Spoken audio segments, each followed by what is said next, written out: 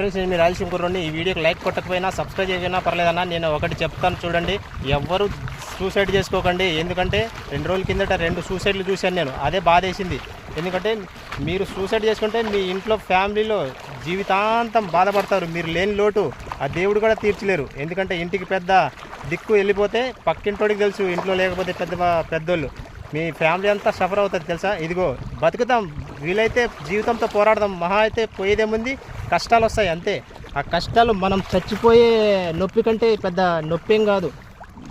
పోరాడాలి ఫ్రెండ్స్, జీవితంతో పోరాడాలి. అందుకని పిరికితనంతో చావకూడదు. ఇదిగో చైనా చేపలు ఎలా మ్యాథ్ తింటున్నాయి తెలుసా. నేను బతకట్లేదా? భీమవరం వచ్చి ఇలా ఎక్కడెక్కడో బతికితే చాలు ఫ్రెండ్స్. మనం పెద్ద కోటీశ్వరులు అవనవసరం లేదు. మన పిల్లలకి మనకి బతకడానికి దారి చూపిస్తే చాలు. అది చచ్చిపోవడం కంటే మనం ఇలా కష్టపడి బతకడం బెటరు. జీవితాంతం సఫర్ అవుతారు మీ ఫ్యామిలీ.